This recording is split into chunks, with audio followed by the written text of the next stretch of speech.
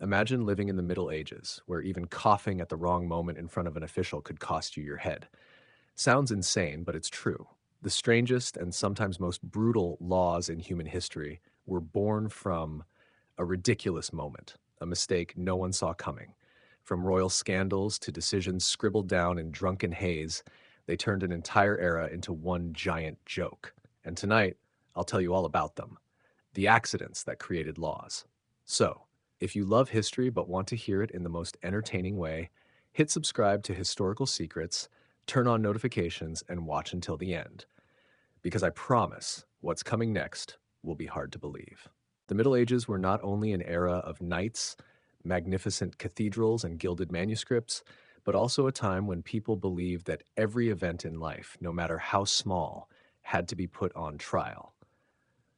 When the world was governed more by faith than by reason, every absurdity could become lawful. And if you think putting a pig on trial was the peak of madness, then prepare yourself, because that world left behind countless laws born from foolish moments, yet protected by sacred authority.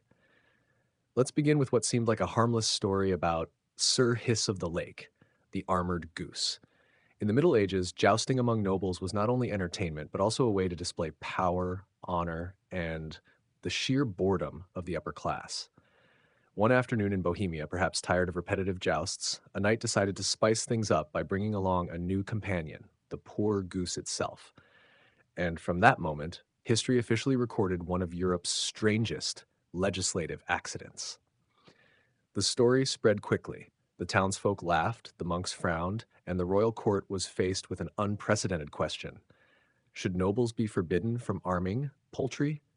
The answer was yes, and an official decree was issued. It stated that no creature, whether pet or poultry, was allowed to wear armor, bear weapons, or receive a knighthood. From a silly afternoon joke, a goose inadvertently helped create a law that lasted for centuries. It may sound ridiculous, but that very ridiculousness reflected the essence of the age. People believed that divine order had to be protected from any act insulting the dignity of knighthood, even if the offender was a bird. And thus, a barnyard prank became a symbol of legal blasphemy, only in the Middle Ages. Then came the law against jousting while drunk. If you think drunk driving is a modern issue, welcome. The medieval world beat you to it by hundreds of years. The story began when Count Heinrich von Schwarzburg, a German noble, entered the jousting field completely intoxicated. In a time when clean water was so scarce it could make people sick, drinking wine instead was common. But being drunk enough to accidentally impale a monk, that was the turning point. That joust quickly became the laughingstock of the region. The Count was remembered not for valor, but for the most theological strike in history, a lance through the robe of a praying monk. The church was furious, the nobles bewildered, and so a council was convened. They couldn't ban wine, but they could ban wine on horseback. Thus came a decree considered the earliest ancestor of Europe's anti-drunk driving laws. All knights under the influence were forbidden from jousting. But, as with all human history, this law only worked on paper. The knights protested, arguing that wine helps keep calm, and so instead of stopping drinking, they just changed when they drank. No longer before the tournament, but after, meaning they were still in armor, still on horseback, just done with their duty. The result, more falls, more brawls, and more laws written to deal with the consequences of the previous ones.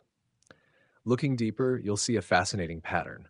Every medieval law was an impulsive reaction to a specific blunder. There was no philosophy behind it, no social planning, just one absurd event, and an official who decided to turn it into a rule. That's how Europe built its legal systems, as if the world were run by history's first meme judges. The case of the royal loaf is another perfect example. A baker in London simply wanted to beautify his bread, but his creativity accidentally touched the most forbidden symbol of all, royal authority. When the loaf emerged from the oven with an outline resembling a crown, the crowd laughed, but the court did not. And so an ordinary baker suddenly became a flour-made rebel. His trial was nothing short of theater. The judge spoke of the sanctity of kingship, witnesses described the treacherous shape of the loaf, and the accused stood there with a piece of bread around his neck. The punishment was both absurd and cruel. to be paraded through the streets with the evidence of his sin. From then on, England enacted a law banning bread featuring any shape or detail associated with royalty, marking the beginning of an era where culinary art was officially censored by the crown. It may sound excessive, but it was another sign of what rulers feared most. Not rebellion by the sword, but mockery through laughter. A loaf of bread could make the crowd laugh, and a laughing crowd was something kings could never tolerate. These stories, from the hanged pig, the armored goose, the drunken knight, to the rebellious loaf, all tell one truth. Medieval law was not born of reason, but of systematic fear and foolishness.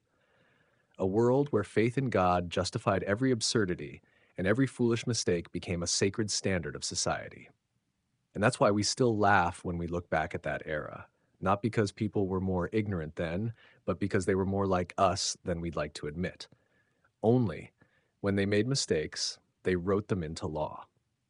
It's hard to imagine, but in medieval Castile, the line between faith and aggression was sometimes so thin that even a priest could wield a sword without feeling a conflict of conscience. Father Rodrigo Davar was a prime example. He was known for his piety and vast learning, yet he also had a habit of conducting theological debates in a rather physical manner. The story began when Rodrigo declared in a sermon that Saint Michael, the archangel, could easily defeat any human warrior, even the greatest knights of Castile. That might have sounded fine until a local knight named Don Alvaro decided to object. No one, not even an angel, can defeat a man granted the strength of faith by God, said Alvaro. A confident statement, and one that ignited a theological disaster. Rodrigo, furious, took it as a direct insult to the heavenly realm. After weeks of fruitless arguing in the monastery, the two decided to do what every medieval man did when reason ran out. They challenged each other to a duel, a priest and a knight, for the honor of the angels. The news spread like wildfire. Crowds gathered outside the city of Toledo to witness the battle between faith and steel. The monks carried crosses, while the villagers brought pastries and dried fish. Father Rodrigo emerged in his holy robes, holding a sword said to have been blessed, or at least that's what he claimed. Don Alvaro wore full armor, his steel glinting under the sun. When the signal sounded, they charged at each other with all the fervor of men who believed God was watching every swing. The problem was that Rodrigo had never held a sword before. Within seconds, he was knocked down by Alvaro. But instead of surrendering, the priest continued, reciting prayers from the ground. That was when a sudden gust of wind blew Alvaro's helmet askew, and his sword slipped from his hand. The crowd gasped. Rodrigo stood up and shouted, "Saint Michael, you have proven it!" The crowd erupted in cheers. The monks hailed it as a miracle, while the knight called it a gust of wind. But in the Middle Ages, the line between the divine and the physical was never clear. After this duel, the Castilian church panicked. A priest wielding a sword and claiming angelic support was seen as a dangerous precedent. A new decree was issued. No cleric shall bear arms except in cases of emergency for self-defense. Of course, emergency was a vague concept, and Rodrigo continued to insist that every argument was an emergency. The ban on armed clergy spread throughout Spain and later across Europe. Ironically, Rodrigo's reckless act helped define the first boundary between religious authority and military power. Historians today see it as a turning point in the specialization of the clergy, but for the people of the time, it was simply a funny story about an overconfident priest and a timely gust of wind. And if you think that was the height of absurdity, wait for this. In the 13th century in Switzerland, a count named Wilhelm von Laupen invented what became known as the anti-staring law. The story began when the count hosted a grand banquet at his castle. One servant, while pouring wine, accidentally looked at the countess for more than 2 seconds, and disaster struck. Wilhelm flew into a rage, claiming it was an act of blasphemy against noble light. The servant was punished, and soon a new law was proclaimed. No one shall look directly at a noble or their lady unless invited to do so. The law was quickly copied by other lords who found the idea quite convenient. In some regions of Switzerland and Bavaria, peasants even had to wear wide-brimmed hats to obscure their gaze when passing by a castle. A monk of the time wryly remarked, "If God wanted them more humble, he would have made them blind." But satire was not encouraged. Anyone who dared to mock the law was charged with insulting the dignity of the upper class. Ironically, these absurd regulations inadvertently helped shape the concept of privacy in feudal society. Modern scholars argue that the anti staring law contributed to the spatial separation between nobles and commoners, an early step toward later ideas of honor and hierarchy. A ridiculous notion, perhaps, but history evolves that way. Sometimes it only takes a gust of wind and a misplaced glance. Stories like these reveal one thing: the Middle Ages were not stupid. They were simply an era in which logic was redefined by faith and emotion.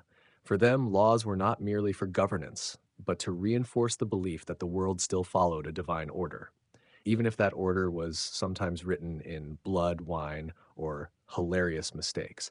And if there's one message we can take from all this, it's that every age has its own logic. It's just that after a few centuries, we realize how funny it really was. Everything could have ended there, if not for a man named Wilhelm von Stein, a German nobleman with an unshakable belief that the world was simply too disorganized. Around the year 1412, Wilhelm ruled a small territory between two rivers, and he may have been the first person in history to feel personally offended by snoring. According to his servants, one night, while reciting his evening prayers, Wilhelm was startled by a terrible snoring sound coming from a peasant's house in the village. He became so angry that he believed it was a demonic plot to disturb the noble's sacred sleep. The next morning, Wilhelm summoned the local council. A few unfortunate peasants were dragged before him and ordered to explain the source of the blasphemous noise. One woman said it was her husband snoring after drinking beer. Wilhelm didn't believe her. He insisted that no human could make such an awful sound without the help of the devil. The result was a new decree: no one shall snore too loudly after the hour of prayer. Offenders would be fined half a loaf of bread or sentenced to a day of labor in the Lord's herb garden. It sounds absurd, but the funniest part was that neighboring regions began copying the law. Some nobles even ordered guards to patrol at night to record suspicious noises. And so, within a few years, medieval Germany witnessed a wave of bizarre regulations concerning sleep. According to an old chronicle, someone was indeed convicted of disturbing sacred order with unstable breathing. From then on, European law began to take on a new flavor, one in which everything from whistling to snoring could be criminalized. But it wasn't only the common folk who suffered under such foolish decrees. In 14th century France, a wealthy lady named Agnès de Vorès also faced a legal catastrophe for owning too many cats. Yes, cats. She was famous in the region for keeping more than 40 cats in her castle, to the point that villagers believed she was a witch. One day, while her cats roamed the church, jumping onto the altar and chasing mice as the priest preached, the local clergyman grew furious and declared that the spirit of Satan has taken hold of the feline race. The story didn't stop there.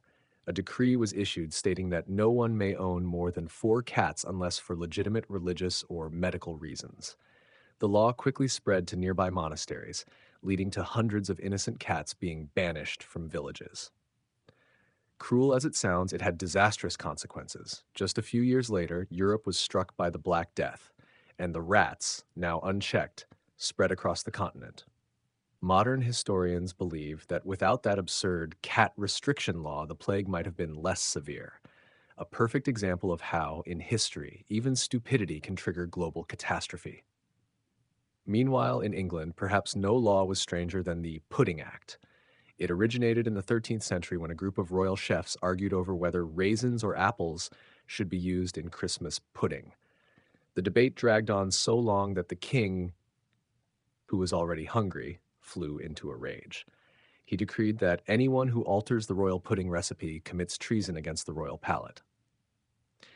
Though it sounds like a joke, later scholars discovered that the Royal Edicts of Winchester did in fact contain a clause prohibiting the improper preparation of royal desserts on holy days. By now, you can see a common thread. Nearly every bizarre medieval law stemmed not from reason, but from ego. A priest offended a knight's honor, a shepherd startled a noblewoman, or a carpenter embarrassed the queen, all leading those in power to decide, we must make a law so this never happens again. Thus, medieval law functioned like an emotional machine. where every minor mistake became an enormous administrative document. Yet within that chaos lies an undeniable beauty. Every law, however absurd, reflected the fears and beliefs of its age: fear of disorder, fear of offending the divine, and above all, fear of ridicule. That's why even the smallest things, a fleeing bell or a drunken fish, were treated as matters of national importance. To them, everything had a soul, and every soul needed to be controlled by law. Today, we may laugh at such rules, but remember, in the Middle Ages, those ridiculous laws were mirrors reflecting the deep anxieties of a civilization learning to govern itself. And strangely enough, those very legal accidents laid the groundwork for modern legal systems where every line of text carries a lesson, even if it began with a whistle, a fish, or a disturbed night's sleep.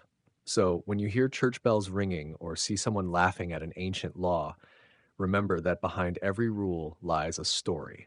And behind every story, a person who once believed they were doing the right thing, even if the result made the whole world laugh. If you think pointed shoes were the peak of vanity, you haven't seen what the nobility did next. In the 15th century, Europe's wealthy seemed to declare war on their own bodies. If they squeezed themselves into clothes so tight they could barely breathe, wore hats so tall they couldn't pass through doors, and walked in shoes as long as an apology. But the craziest part wasn't what they wore, it was how the authorities decided to interfere with how they wore it. In England, King Edward III, who believed social order could be stitched together with thread and velvet, issued a series of sumptuary laws to regulate fashion. The purpose sounded noble: to prevent commoners from imitating nobles and to preserve social boundaries. But in practice, it was more like a handbook on how to get fined for looking too good. A merchant was arrested for wearing a coat made of Italian silk. A goldsmith was forced to remove golden buttons from his tunic for exceeding his station. The wealthier, of course, found ways around it. One nobleman, forbidden from wearing jewels on his shoes, had them embedded in the soles instead, so that only he and the saints could see them. The clergy laughed from afar until another decree banned them from wearing rings too large because they were distracting during prayer. Nothing says devotion quite like having your ring size inspected during Mass. But things truly became absurd when the Krakow style shoes with sword length pointed toes became so popular that Parliament passed a law limiting the length of shoe tips. For commoners, no longer than 5 centimeters. For nobles, 15. Princes and dukes, as long as they wanted. It's said that at royal dances, some had to be assisted by servants to lift their shoe tips when turning, lest they trip over their partner's gowns. A scene both tragic and perfect for an age where power was measured in shoe length. And like every other madness in medieval Europe, it couldn't stop there. In France, another decree appeared, banning men from wearing tights that were excessively tight. The official reason, preserving moral decency. The real reason, clergymen couldn't stand seeing powerful men flaunting their thighs inside churches. But the truth was, the more they forbade it, the more men flaunted it. Fashion, it turned out, was a silent rebellion against the law. An Italian historian once wrote, "In Florence, the laws change faster than spring, but the human ego stays the same." Indeed, nothing makes people break the law faster than a beautiful outfit. And so a flood of bizarre regulations followed. Coats could not be made in more than 3 colors, shawls couldn't be made from foreign fabric, and fur hats required legal certification of origin. In Venice, fashion police literally patrolled the Piazza San Marco to record those dressed inappropriately for their social status. One noblewoman was forced to remove her pearl necklace in public, while her husband was fined for wearing a hat taller than the allowed height. When the judge asked, "Why such a tall hat?" the man replied, "Because my head is full of big ideas." He was fined double. Absurd as they were, these laws reflected something far more sinister: the obsession with control. The Middle Ages were an era when every aspect of life, from clothing and footwear to faith, had to be approved by someone above you. A bit of creativity, a hint of difference, could be seen as a threat to order. Just like the rooster tried in Basel or the walking shoes prosecuted in Florence, the law wasn't merely for protection, but a tool to suppress the new, the strange, the unacceptable. Ironically, the rules meant to preserve dignity often only revealed the ridiculousness of those who made them. These laws turned the medieval world into a grand stage where everyone played their role in an endless comedy. Kings, nobles, clergymen all believed they were upholding morality, but in truth, they were just trying to keep their hats from falling off as they bowed through the door. Yet amid all this madness, something strange happened. These very laws helped shape the idea of civilization as we understand it today, because it was through mistakes that humanity began to ask questions. The bizarre decrees of the Middle Ages, from animal trials and miracle regulations to shoe-length ordinances, weren't just evidence of superstition, but the first clumsy steps of a society trying to understand justice, order, and freedom. And perhaps that's what makes history so fascinating. Not because it's logical, but because it mirrors the absurdity within us. Beneath the dust of those old decrees, we can still see ourselves, modern beings with smartphones in hand, still trapped by the invisible laws of our age, trends, standards, and social pressures. The only difference is instead of pointed shoes, we have limited edition sneakers. Instead of royal edicts, we have social media algorithms. So when we look back at the strange laws of the Middle Ages, perhaps the funniest thing isn't them, it's that we haven't changed all that much. Beneath the cold stone walls of Europe's palaces, where every feast could turn into a funeral, a special group of people quietly rose to prominence, the masters of brewing death. They wore no armor, carried no swords, yet their power could bring a king to his knees with a single sip of wine. From Venice to Avignon, from London to Prague, titles such as royal distiller, court physician, or alchemist often differed only in how they made others stop breathing. In the Middle Ages, the study of poisons was seen as both a science and a sin. Alchemists believed that every element possessed a soul, and by understanding their nature, humans could transform reality, or at least dinner. The first poisons were not created to kill, but to heal. Yet, like every other invention, people quickly realized that what could save a life could also take one, simply by changing the dosage. Ancient records show that poison was not only a tool, but also a symbol of intelligence and power. A wise ruler didn't need to raise a sword, they only needed to raise a cup. There were courts, such as those in Naples or Florence, where knowledge of poison became a form of diplomatic art. A gift from abroad? Give it to the taster. A glass of wine from an advisor? Give it to the cat. A kiss from the queen? Start praying. Nowhere was this more infamous than with the Borgia family in Italy, the perfect embodiment of the intersection between religion, politics, and poison. Beneath the black robes of the clergy, the candlelit banquets of Rome were stages for political deals, and occasionally executions. Rumor had it that in their kitchens existed a poison nicknamed Cantarella, a crystal clear wine so pure even angels would not suspect it. One drop of Cantarella could send its victim peacefully into death, face serene as if saved. However, what's fascinating is that poison laws of the time often stemmed from foolishness rather than wisdom. In one region of Germany, a famous nobleman attempted to test poison to prove his loyalty to God by drinking what he thought was a harmless antidote. The result, the ceremony became a funeral.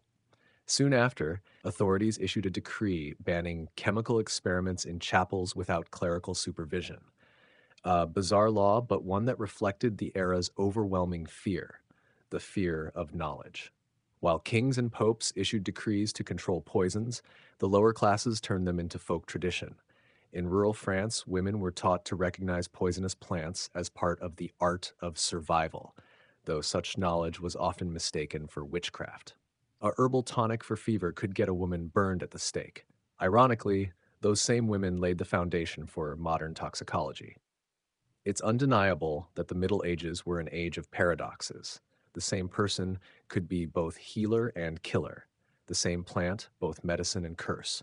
In monasteries, herbals like the Herbarium Apuleius or De Materia Medica were meticulously copied, recording the properties of hundreds of plants. Yet beside them, monks would write red ink warnings.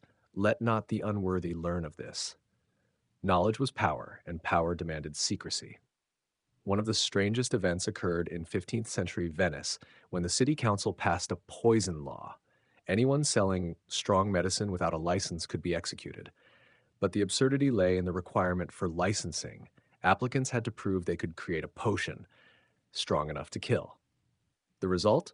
Dozens of alchemists were hanged for being too skilled at their craft. Bureaucracy, as always, prevailed. In England, poison laws took a different turn. After a failed assassination attempt by a noblewoman, Parliament banned women from trading in arsenic without a husband or male guardian. The move made no one safer. It merely forced widows to remarry if they wished to continue their trade. In the shadows of power, poison became both a tool of control and a means of freedom. But what terrified people most wasn't what lay in the cup. It was the idea that death could come from trust.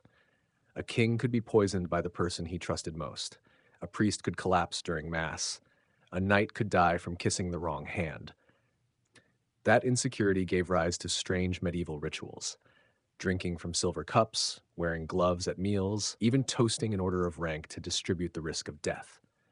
And when everyone suspected everyone else, trust became rarer than gold. Every handshake was a wager. Every banquet, a silent war between polite smiles and watchful eyes. Monarchs began hiring professional poison tasters, people whose tongues were trained over years to detect the flavor of death. Some lived long lives in fear. Others died as legends. Yet, amid all this chaos, history gave birth to a beautiful irony.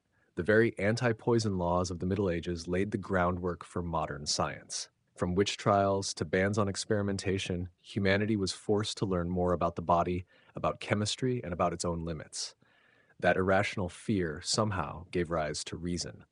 And perhaps that is the greatest irony of history. Every mad law begins with an even madder mistake, and every foolish fear eventually fuels progress. From chickens put on trial, to banned shoes, to bound monks and poisoned goblets, each tells the same story, that in trying to control the world, humanity has always, unintentionally, written the funniest chapters of its own tale. In that world, death was no longer merely an end, but an art measured in milligrams and time. A small mistake could make the poisoner die before the victim, but absolute precision could turn him into an unnamed legend. In bustling cities like Florence or Venice, underground pharmacies began to appear in the shadows, where a single gold coin could buy both silence and destiny.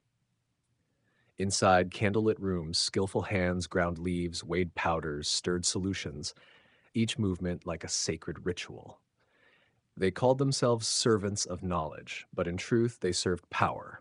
And that power, of course, always had buyers. Nobles, cardinals, even those who bore the title holy, all understood that a few drops of liquid in a cup could change the course of history. In encrypted letters, countesses ordered pure fragrances from Egypt, while lords requested sedatives for war horses, a poetic way to say poison. Some even regarded poisoning as a symbol of wisdom. If you couldn't defeat your enemy by strength, make them die while raising a toast. But among those who traded in death, there were also those who sought true understanding. In Bologna, a man named Matteo de Rossi, once a student of medicine, wrote in his diary, "Poison is not meant to kill, but to teach us the boundary of life." He experimented on animals, then on himself, trying to find a dosage strong enough to sedate without killing. His notes, later confiscated by the Inquisition, became the foundation for modern studies on anesthesia. But in his time, knowledge and heresy were only a breath apart, and Rossi breathed wrong. He was accused of colluding with the devil and hanged at the city gate, while his works were burned to ashes. Ironically, centuries later, his ideas would save millions of lives in operating rooms. The Middle Ages were like that, where sin and genius sometimes wore the same hood. In that same era, formulas were passed secretly among monastic orders. Some monks, those with access to Greek and Arabic libraries, began compiling books called Liber Veneni, Book of Poisons. They listed hundreds of plants, carefully noting dosages, symptoms, and combinations. Outwardly, they were medical texts. Within, they were manuals for perfect murder. Copies were handwritten, hidden inside Bibles, and spread across Europe like forbidden seeds of knowledge. Kings, recognizing the threat, issued decrees banning the study of poisons without royal permission. But no one could control knowledge, especially when it could save or kill in silence. In Paris, a secret society called Les Silencieux was founded, composed of physicians, monks, and assassins secretly employed by the crown. They regarded poison as the language of power, and their oath was, "Never let blood spill unless necessary." Members of this order traveled between cities, leaving behind corpses without wounds, only pale skin and terrified eyes. However, that power did not always rest in the hands of men. The 15th century saw the rise of sinful mistresses, noble women who secretly ran poisoning networks. One of them was Isabella de Luna, widow of a Milanese count. Betrayed by her husband and stripped of her wealth, she swore never again to be controlled by a man. She learned the craft from an Arab apothecary, then turned her villa into a gathering place for wronged women, where they shared their pain and sometimes their recipes. Legend says that within 10 years, 4 powerful men in northern Italy died peacefully after dining at her house. When arrested, Isabella only said one sentence: "I didn't poison anyone, I merely taught them to drink carefully." Stories like hers spread throughout Europe, both terrifying and captivating people. Poison became a symbol of intelligence and freedom, especially for women. They needed no armies, no thrones, only patience, knowledge, and a small vial in hand. It was the quietest yet most powerful form of rebellion the age had ever known. Yet every empire built on fear eventually destroys itself. As poisoning cases spread, royal courts began to respond. Tribunals established anti-poison commissions, apothecaries were tightly monitored, and anyone possessing more arsenic than allowed was deemed a criminal. But laws could not extinguish obsession. The mixers now worked underground, changing names, trades, or hiding in monasteries. Some joined pilgrim groups, using a cross as their flask. Others hid in forests, continuing to experiment with snake venom, roots, and heavy metals. From their ashes, a new field emerged: pharmacology. The understanding of dosage, reactions, and counteragents paved the way for modern medicine. Yet, in the shadows of history, their legacy remains: the idea that knowledge, whether good or evil, is never harmless. Whenever you hold a pill, pour a glass of wine, or brew a cup of tea, you touch the same instinct that once drove apothecaries, queens, and killers of the Middle Ages: the desire to control life in the palm of one's hand. Thus, when we look back on that era, we see not only blood and blades, but also the curiosity, pride, and fear of humankind before its own power. What once killed kings now saves patience. What was once called sin is now called science. But the question remains: where does the line between the two lie? Perhaps in just one drop. In the medieval world, where religious faith intertwined with fear, poisoning was not merely a sinful act. It was a sophisticated political tool disguised under the guise of holiness. Those in power, from kings to popes, understood that strength came not only from the sword, but also from a colorless, odorless liquid capable of ending a dynasty in seconds. They did not need to spill blood on the battlefield when a banquet, a toast, or a holy procession could change the course of history. The 14th and 15th centuries were times when the obsession with poison crept through every level of society. Royal physicians, once symbols of knowledge and loyalty, were often the first to be suspected whenever a noble fell ill. No one could be sure whether they were healers or executioners. In the records of Florence and Venice, there are trials where the accused were condemned not for their actions, but simply for possessing too much knowledge of herbs. In those days, understanding itself could be a deadly sin. Even more terrifying was how royal courts turned poisoning into part of political ritual. In Milan, there was an unspoken rule that all food tasters must be foreigners to prevent bribery. Meanwhile, in Avignon, cardinals were given their own silver spoons, used only by them, not as a sign of status, but to avoid dying of arsenic. A court surrounded by luxury and ceremony thus became a fortress of suspicion. But poison was not only a source of fear, it was also a language of power. A sip of wine could deliver a sharper political message than a declaration of war. During interdynastic marriages, when glasses clinked together, it was not merely a toast. It was a performance of trust between two houses. Any hesitation before drinking could be read as an insult or an unspoken confession. That world was built on a cruel rule: if you want to live, you must doubt. And from that doubt arose strange professions: tasters, observers, antidote makers. The tasters lived on the edge between loyalty and survival instinct. They were taught to observe how light reflected on the surface of wine, to listen to the simmer of stews, and sometimes to smile knowing it might be their last meal. Perhaps what makes history fascinating is not the brutality of the era, but the eerie calm of the people who lived in it. In Venice, a taster named Matteo was recorded as having smiled, raised his cup, and said, "If God wills it, I shall meet him before this feast ends." Minutes later, he collapsed. Matteo's death was considered a successful loyalty test. People sang of him as they would of a martyr, except he died for wine, not faith.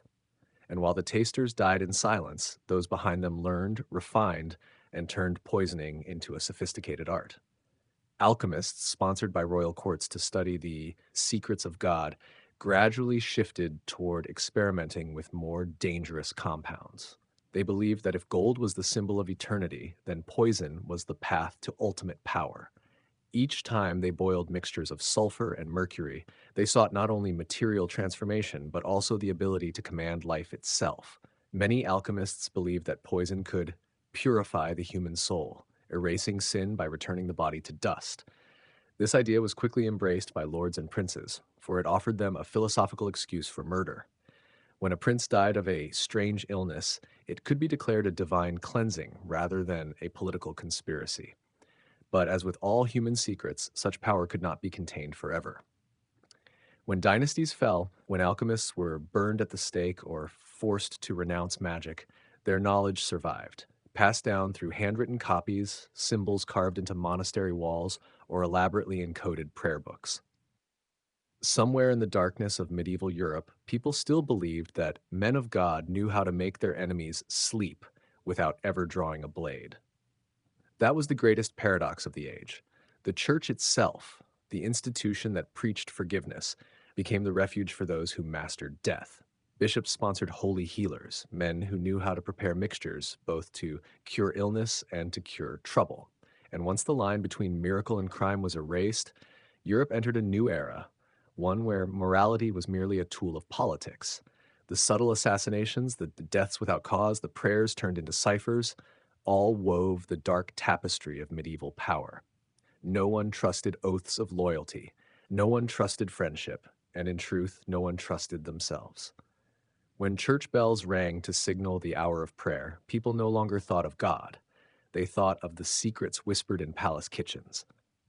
Poison, in a way, became the symbol of human intelligence and despair. It was proof of both the fear of betrayal and the longing to control fate. And though centuries have passed, though the world has changed, that question still echoes through history.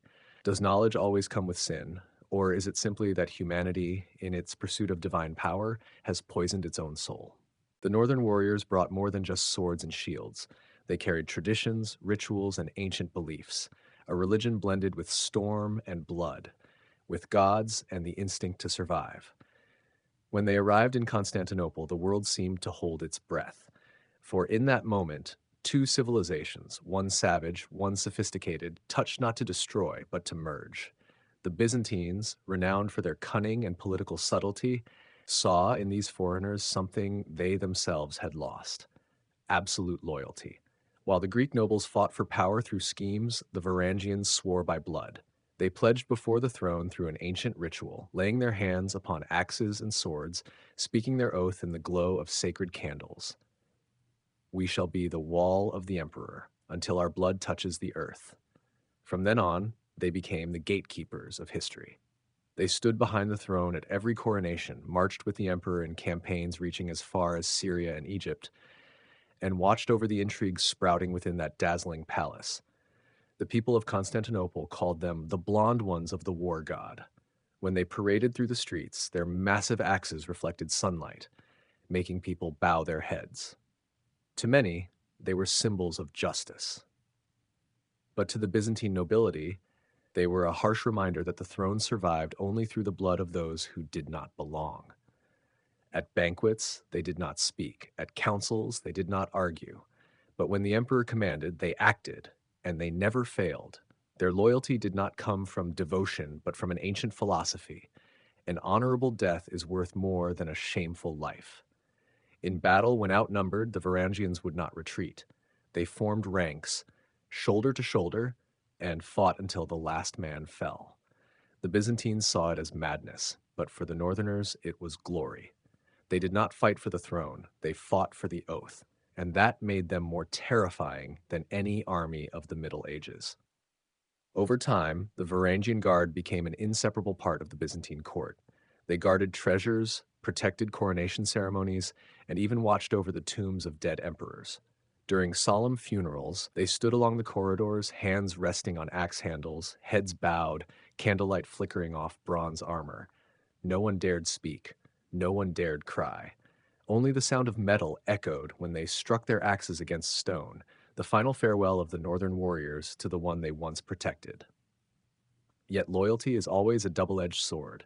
When emperors changed, the Varangians' loyalty remained, not to men, but to the throne itself. They executed kings they had once sworn to protect, for the command came from the empire, not from the person.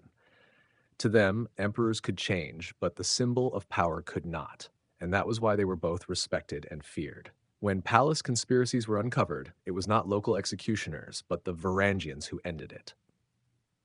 Centuries later, when historians rewrote Byzantine history, they called the Varangians the ghosts of the throne. They appeared and vanished like the wind. Few records remain, only some inscriptions carved into fortress walls, trembling runes on axe handles, but their legacy still echoes in legend. It is said that during the final siege of Constantinople, when everything collapsed, the last Varangians still stood before the palace gates, surrounding the empty throne. They knew there was nothing left to protect, yet they did not leave. Because to them, an oath once spoken could only be erased by death. After the Byzantine Empire fell, the remnants of the guards scattered across Europe. Some returned north, carrying gold and memories of a radiant city. Others disappeared into mercenary armies, leaving behind legends of the blonde warriors guarding the Eastern throne. But their influence did not end there. They carried with them Byzantine discipline, combat skills, and a philosophy of power, that loyalty itself was a weapon, no less than the sword. And so, from the icy lands of Scandinavia to the opulent empires of the Mediterranean, something new was born, Europe's first culture of professional mercenaries. They did not fight for gods, but for honor and contract, a form of loyalty bought with gold, yet paid with blood. It changed how Europe understood war, politics, and faith. For in a world where kings could be poisoned and churches could betray, only one thing was trustworthy: the oath of a soldier. In the end, as history closed the chapter on the Varangians, they were no longer seen as barbarians. They were mirrors reflecting Europe itself, brutal yet loyal, savage yet principled, cold-blooded yet just. They proved that power was not sustained by schemes or prayers, but by those willing to die for what they believed was right. And in the cold winds blowing across the Bosphorus today, if you listen closely, you might still hear the clash of axes. A reminder that empires may fall, but honor never does. When the rioting crowd flooded Hagia Sophia Square, amid cheers and thick black smoke, the Varangians stood in formation, their axe blades pointing forward like a living wall of steel. They did not shout, did not retreat, only advanced. The sound of axes striking shields thundered like a storm, and in a moment, chaos dissolved into silence. That was a kind of power no command could reproduce, power built from fear and loyalty. The people of Constantinople knew well, when the Varangians were ordered to draw their axes, negotiations were over. They were the emperor's final instrument, unleashed only when the throne trembled. And that happened more often than anyone cared to admit. The Byzantine Empire, radiant yet fragile, was constantly torn between politics, faith, and ambition. In palace coups, that dark art the Byzantines had perfected to an exquisite degree, no one knew who would stab whom in the back. Only one thing was certain: the Varangians would be the last ones standing beside the emperor until blood stained the foot of the throne. In 1071, at Manzikert, when the Byzantine army was crushed by the Seljuk Turks, Emperor Romanos IV was captured alive. Most of the army had disbanded, the nobles fled, but the Varangians fought to the end, surrounding their king like a fortress of flesh and steel. Many died on that field, and those who returned to Constantinople carried only one thing with them: reputation. The reputation of soldiers whom even defeat could not subdue. In the years that followed, as dynasties rose and fell, the Varangian Guard endured. They served under Alexios I Komnenos, who cleverly used their renown to restore faith in the throne. When the first Crusaders arrived at the city gates, those northern warriors once again stood between two worlds. defending the Christian empire while distrusting the allies from the West. They had seen too many empires collapse because of promises. They did not believe in prayers, only in steel. The 12th century saw a change in the Guards' bloodline. As Scandinavia quieted and Viking bands faded from history, Anglo-Saxons, exiled after William of Normandy's conquest, began to join the Varangian ranks. They carried with them the resentment of the dispossessed, and in the dim torchlight of Hagia Sophia, ancient battle songs in Old English mingled with Norse chants, creating a strange sound like the echo of a dying civilization. From then on, the Varangians became an international force, a symbol of loyalty beyond borders. They were no longer mere mercenaries. They were living legends, celebrated in Norwegian sagas and English chronicles. Monks who copied histories called them angels of war, while the common folk said their spirits never left Constantinople, still patrolling the palace like ghosts guarding the throne that once trusted them. But even legends grow weary. As Byzantine emperors lost the wisdom of Basil or Alexios, the empire slid into decadence and paranoia. The Varangians, as loyal as ever, now watched the kings they had protected sink into intrigue, sin, and debt. In one revolt, they were ordered to burn the very city they had sworn to defend, and they did, without hesitation. For to them, the oath mattered more than any concept of good or evil. In April 1204, when Constantinople fell to the Crusaders in the most brutal sack of the Middle Ages, the Varangian Guard fought to their last breath at the Carisios Gate. They knew they could not win, but they did not flee. Western historians describe the scene with horror and awe. Northern men, bodies drenched in blood, still swinging their axes amid the flood of invaders storming the palace, as if they were fighting for a god, not an emperor who had already fled. After that catastrophe, many Varangians vanished from the records. Some were said to have escaped to the Mediterranean, serving as mercenaries in Sicily or Venice. Some returned to the north, old and silent, carrying stories no one at home could believe, but their mark did not fade. In Constantinople, during royal ceremonies, the tradition remained for guards to stand with axes beside the throne, a reminder of the foreigners who had safeguarded the empire's heart for over 2 centuries. Their legacy was not merely blood and steel. It was a lesson in loyalty within a world of betrayal, in honor within an age when faith had become a luxury. The Varangians wrote no laws, created no philosophy, yet lived and died by a simple principle. Honor cannot be bought, only kept.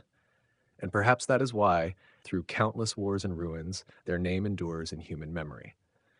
For in the end, in a world where oaths are broken every day, those who keep them, even if they were rough outsiders with axes and beards, became the symbol of what an empire had lost: faith. As the world around them began to fracture, the Varangians still stood there, as if time itself could never touch them. In an empire where faith was melting away, they held on to what even emperors had lost: certainty. But nothing lasts forever, and as the darkness of the 12th century fell over Constantinople, the steel gleam of their axes began to reflect more despair than glory. The marble streets that once shone now lay covered in dust, and the church bells no longer rang like prayers, but like the knocking of the apocalypse. In taverns along the canals, people spoke of fallen emperors, of wars lost one after another, and of newcomers from the west, warriors bearing the cross, speaking the name of God, but wielding the blade of thieves. Meanwhile, in the Varangian barracks, northern soldiers quietly sharpened their axes, not for honor nor for vengeance, but because they had never known how to live any other way. When the Fourth Crusade broke out, Constantinople was no longer the sacred heart of Christendom. It was the richest prey in Europe. And amid that frenzy, the Varangians were called once again. But this time they were not fighting for the mighty empire of Basil II, but for a decayed dynasty, rotted by intrigue. They knew this, and still advanced, for their oath required no reason. In April 1204, the Golden City was besieged. From the watchtowers overlooking the Sea of Marmara, the Varangians saw the Crusader sails thick as a flock of white crows. Inside the walls, nobles argued, priests prayed, and commoners trembled, and only they, the soldiers with no homeland, held their ground. When the first siege ladders were raised, they were the first to fight and the last to leave. The sound of axes cleaving into enemies, the war cries echoing across the ramparts, For a moment, it seemed Constantinople was still invincible. But no legend can triumph over human greed. The gates were breached, the Crusaders poured in, and the thousand-year empire collapsed in flames. Western chronicles tell of this. Amid the smoke and fire, a group of fair-haired men still fought beneath the emperor's banner. They knew they could not save the city, but they stood their ground, not for gold or victory, but for an oath that bound them beyond death. When the palace was finally taken, the surviving Varangians were cornered at the Carisios gate. They did not surrender. A crusader recorded in his journal, "We had to burn the gate to make them stop. They died without letting go of their axes." Perhaps that was how they wished to leave this world, not as mercenaries, but as the final pillars of a once great empire. After the catastrophe, the survivors scattered across the Mediterranean. Some became mercenaries in Sicily, others drifted to the ports of Venice, and some were rumored to have gone farther still, returning north, carrying in their hearts stories no one could believe. In Iceland, tales spread of the Golden Army that once protected the city of God. In England, within damp monasteries, old monks still told the story of exiled sons who found their honor in distant lands, and yet Constantinople never forgot them. Even when the empire became but a shadow of itself, every coronation maintained an ancient ritual. Beside the throne, two armored warriors stood, holding axes, silent as statues. They were no longer true Varangians, only recreations, but their silence made the court tremble. It was the memory of loyalty, something the empire had lost, yet could never abandon. Their disappearance was not merely a detail in military history. It marked the death of an idea, the idea of absolute loyalty in a world of betrayal. In the north, people once believed that the spirits of the Varangians still guarded the city by night. In the east, Byzantine scholars called them armored spirits, beings who never left their post.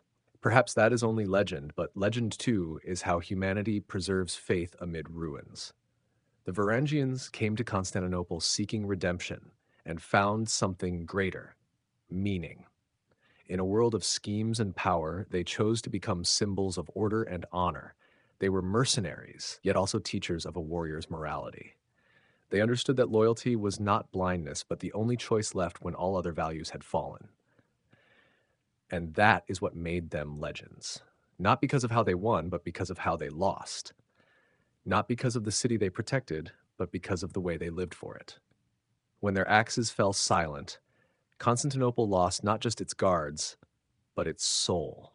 From the cold northern fjords to the golden domes of the east, their names still echo through the centuries like distant thunder, reminding humanity that, among traitors and those who sold their honor, there once existed a band of warriors who believed that a loyal death was worth more than a treacherous life.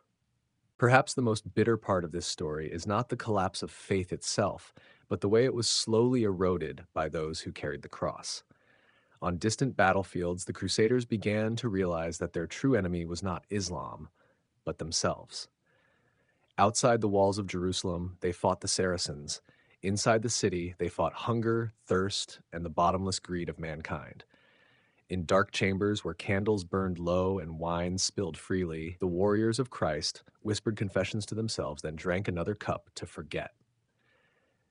Records from that era are filled with contradictions. Some describe them as defenders of the faith, men who endured hardship and danger to bring the light of God to the east, but others, less often copied, depict those holy knights bargaining over the price of prisoners, trading freedom for gold, or even selling the very relics they swore to protect. In a letter to the Pope, a Benedictine monk wrote, "No one knows anymore what is faith and what is performance. They recite prayers with their mouths, but in their hearts they are calculating profit." When pilgrims arrived in the Holy Land, they carried illusions of a city cleansed by blood and miracles. Instead, they found bustling slave markets where Muslims were sold alongside small wooden crosses and Crusader knights haggling over the price. The blending of the sacred and the profane became so natural that no one could tell the difference. Churches echoed with prayer, while in the streets, drunkards laughed among dancing girls. An Eastern witness once wrote, "If they truly came to liberate the Holy Land, why were the churches the first to be looted?" That question has echoed through centuries, a charge against an entire civilization that once called itself the Light. But do not think that every night drowned in wine and sin. Amid that decay were still honest souls who believed they could redeem their honor with sword and faith. They fought to exhaustion under the burning desert sun, collapsed beside Jerusalem's walls, believing that every drop of blood brought them closer to heaven. Perhaps it was that desperate faith, the belief that they could atone through victory, that made the Crusades more tragic than anything else. For they failed to see that salvation cannot be won by steel. When their spears struck the earth, they only buried a deformed faith deeper. What they called the will of God was often just a justification for greed and hunger for power. The sacked Muslim cities, the burned libraries, the slaughtered innocents in the name of Western light, all bore witness to a cruel paradox. When men believe they fight for good, evil becomes easier than ever. And then, amid corpses and crumbling walls, they still held mass, still sang Kyrie eleison while blood ran over marble. They knelt for forgiveness, then rose to plunder again. The hymns became history's cruelest echo. In the end, the Crusades brought salvation to no one. Jerusalem changed hands, but the souls of its conquerors were lost. When Western kings returned, they carried treasure and glory, but also shadows that no crown could conceal. The church tried to make them symbols, knights of God, but the people of Europe began to see something else in their eyes: emptiness. For in the end, all that remained was silence. Cathedrals built from blood and sin, Jerusalem's walls covered in moss, and the memory of those who once believed they could save the world with swords only to lose themselves instead. Centuries later, when scholars looked back on that era, they called it the Age of Faith. But upon closer look, it should perhaps be called the Age of Justification. For beneath the holy cloaks were mortal hearts, men not so different from us, weak, fearful, and always searching for a way to believe they were right. And perhaps that is the greatest lesson history leaves behind. There was never a pure crusade, never a holy warrior. And sometimes when men believe they serve God, they are merely kneeling before a demon called pride. When the bells of Jerusalem rang for the last time, mingling with the desert wind, the shadows of the Crusaders faded. What remained was only sand, stone, and the stories passed through generations of those who once sought to bring heaven to earth, but instead left behind hell. Wine numbs memory, but it also awakens the true nature of man. In the flickering firelight of taverns in Acre or Jerusalem, amid the loud songs and clinking cups, the line between knight and sinner nearly vanished. They were men who had seen hell, and in their drunkenness they laughed in its face. For them, every sip of wine was a backward prayer, a way to forget the corpses in the desert, the children left behind in ashes. They drank out of fear, but in the intoxication, fear turned into strength. In the Holy Land, men did not drink to celebrate. They drank to forget. And in that drunkenness, many tales were born, of miracles, of extraordinary victories, of God appearing in a drunkard's dream. An Eastern historian once recorded a strange scene: a drunken knight kneeling in the square, shouting that he had just spoken with the archangel Michael, who told him that wine is the blood of God, and war is his sacrifice. The story spread throughout the camps, seen as a prophecy, but in truth it was only the distorted echo of a lost soul. Faith, when mixed with wine and the scent of gold, became the most dangerous liquid of all. Monks once said that in every cup of wine in the Holy Land there was a drop of blood, not the blood of Christ, but the blood of those slain in his name. And the greatest irony was this: those who drank that wine were the same men preaching about sacrifice and repentance. The knights chanted prayers in the morning, executed prisoners at noon, then raised their cups to toast the souls of the dead at night. The entire war became a prolonged ceremony where blood and wine endlessly merged. Wine also melted the final boundaries between civilizations. In the chaotic feasts, Muslims, converted Jews, and Christians all sat at the same table, not for peace, but to drink. The brothels and taverns of Tyre and Jaffa became meeting places of the whole world. There, the only language was laughter, and the only law was that the one with gold would be forgiven. Deals, secret alliances, even betrayals, all began over a table of wine. In history, no treaty was ever signed with more blood and wine than in the Holy Land. But as with every intoxication, that euphoria could not last forever. When the wine ran out and dawn's light struck the stone walls, people saw the naked truth The Crusader Empire was not built on faith, but on debt and corpses. Gold flowed in fast, but flowed out just as quickly. The white limestone castles on the hills now looked more like tombs than fortresses. Many aging knights died alone, clutching the treasures they had once stolen, with no priest to pray for their souls. And those who returned to Europe, what did they bring back? Not salvation, but stories. They spoke of divine light in Jerusalem, of miracles in the desert, but fell silent when asked about nights of blood and the cries of the innocent. At home, they were honored as heroes, granted lands and titles. Yet behind the solemn portraits were eyes that had seen the darkness within themselves. Some said that when the Crusaders returned, they no longer believed in heaven. They only believed in gold and in God's silence. What makes their history terrifying is not the sin itself, but their ability to justify it. They called looting holy possession, killing spiritual cleansing, and wine and pleasure the reward of the faithful. In that sanctification of vice, the Crusades opened a new era, where war and religion became one, where faith was no longer a guiding light but a flame that consumed everything. Modern historians still debate the true meaning of those expeditions. But one thing is undeniable: they exposed human nature, the blend of sacred and sinful, of the yearning for salvation and the thirst for power. When we look upon the ruins of ancient cities in the Middle East, we see not only the marks of sword and fire, but the lip prints of those who kissed the cross before driving it into another's heart. And yet, strangely, though everything fell, their memory endures, not as saints, but as a warning. For within every holy war lies an unchanging truth. Men may fight in the name of God, but they are still men. They will still love, hate, desire, and drink. They will still seek joy in the very places they are told to repent. Perhaps that is what makes their history eternal. For no symbol reflects human nature more clearly than the Crusaders' cross, both a sign of sacrifice and a mark of sin. When the knights raised their cups in the final sunset over the Holy Land, they did not know they had already become a lesson for posterity. A lesson about zeal corrupted, faith bartered, and how those who seek heaven sometimes build hell instead. Perhaps the greatest irony is this: even though the crosses had fallen from their hands, the spirit of the Crusades continued to live on in the wounded souls they left behind.